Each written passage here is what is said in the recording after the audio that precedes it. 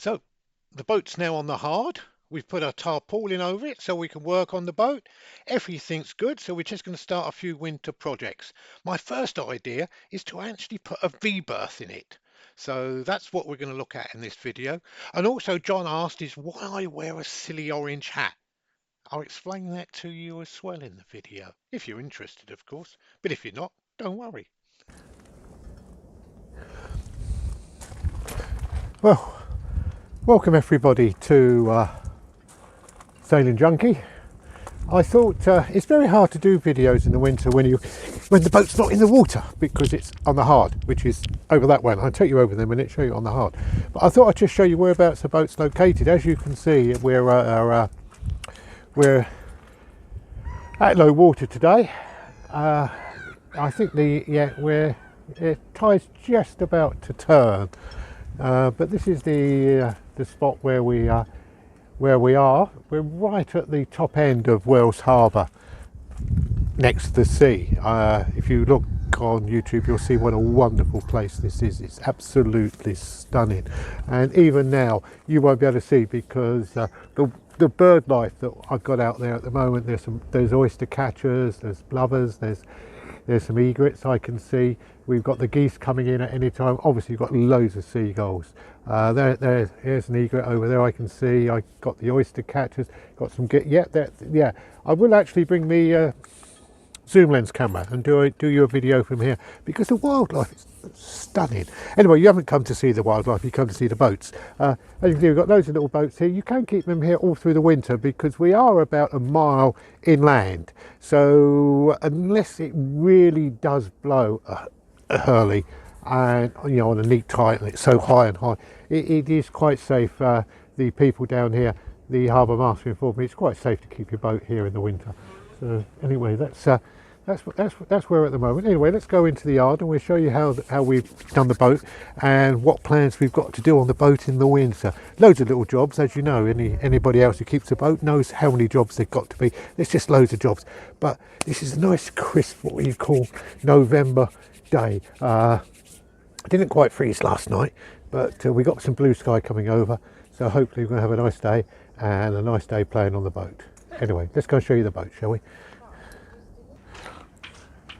Right, we've just walked into the boatyard and I suppose there must be 30, 40 boats in here at the moment. They're still bringing them in for the winter anyway. There she is, there's Sweet Sarah. She's all on her blocks and everything, and we've started cleaning her. We got rid of all that horrible green gum that was on top. Oh, it took absolutely ages, but elbow grease, just keep rubbing, got it all off. It's bloody, it's good. And as you can see, we did have a problem with the cockpit filling up with water. And I'll show you that in a minute, and if any ideas of what to do with it. Anyway, we've put a tarp over the top. As you can see, it's gone over.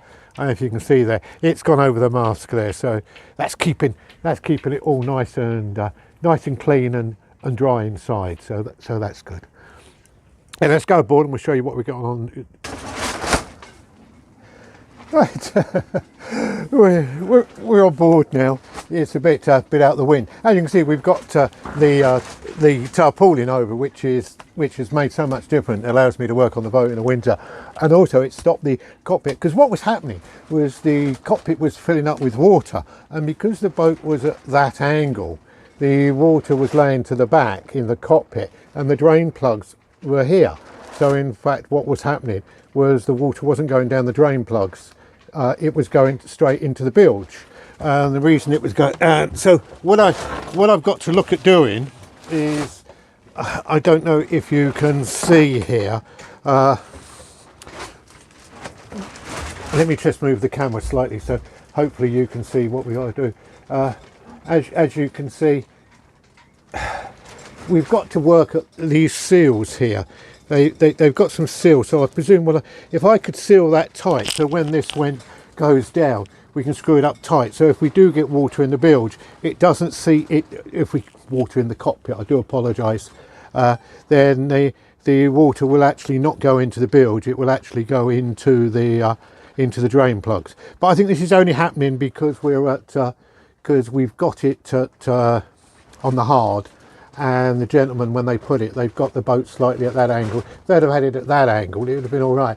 So I think I'd make a point next time when we put the boat on the hard next year, is that we've got the boat tipping forwards. So if the water does go into the cockpit, it will go down the drain plugs. But that's about the only problem I've had about going into the hard. Apart from that, everything's okay. But I think what I'm going to try and do is get some. It looks like these seals have been on here 2 or 3 times, because So I might reseal it to see if that can help, because we don't want to get water, into the build. As you can see, we've got such a lovely big area there. Obviously, that's where, if this boat had an engine, where the engine would sit in there. But of course, this one's got an outboard, so we've no need for that. Anyway, so that's what's happened there. Oh, sorry. Yeah, hang on. I've got to explain something to you, John. And as you know, anybody who gives me a comment, I always refer to you as John, because then we don't get personal. John said, "Why do I wear a silly orange hat?" Well, like most things in my life, there's a story to it. Yeah, and I didn't buy it. Who would buy a silly orange hat anyway? But anyway, let's tell you the story. We was on holiday many years ago, 7 years, and we was in Nova Scotia in Canada. Was it America? No, where Nova Scotia's America, or was it Canada? Anyway, we were doing our pet sitting. We travelled the world pet sitting all over the world. It was a wonderful time for 3 years. Anyway, we was walking through the woods. We were looking for moose and bears and whatever you do look at. And all of a sudden, we heard this strange sound. I said to my wife, we hid behind a tree. It's a bear. It must be something. Anyway, this guy turns out with a gun. He's obviously going out shooting things, you see. And he says, "What the hell are you doing?" I said, "Well, we're just walking through the woods." He said, "Yes, but you should have something on bright." He says, "I could have shot you." I said, "No, yeah, but you don't." He said, "Take my word." He says, "Always wear something bright." So out of his rucksack, he went and got an orange hat. He says, "Wear that." He says, because there's no animal in the woods is orange. So if ever you go for a walk in the woods in Canada, wear something orange. Then you won't get shot. Canadians don't need much of an excuse to shoot somebody. So there you go. Anyway, terrific guy. Got talking to him, and like I talk to anybody, like I'm talking to you. Anyway, we met up with him later in the evening in a bar, and he explained to me, I didn't realise is that you have to go and shoot something. You have to, in Canada. I hope is this boring you? If it is, just switch off, go and have a cup of tea and come back. Anyway, I must tell you, because I thought it was interesting, which in fact, you have to get a licence to shoot the animal.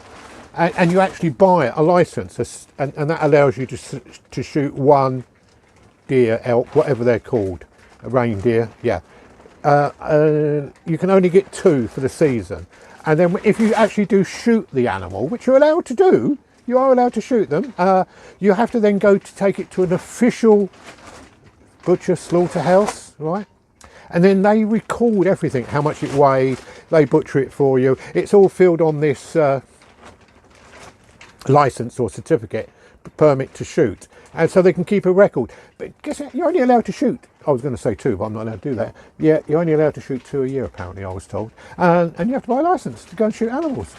Well, it's a way of monitoring it and keeping it.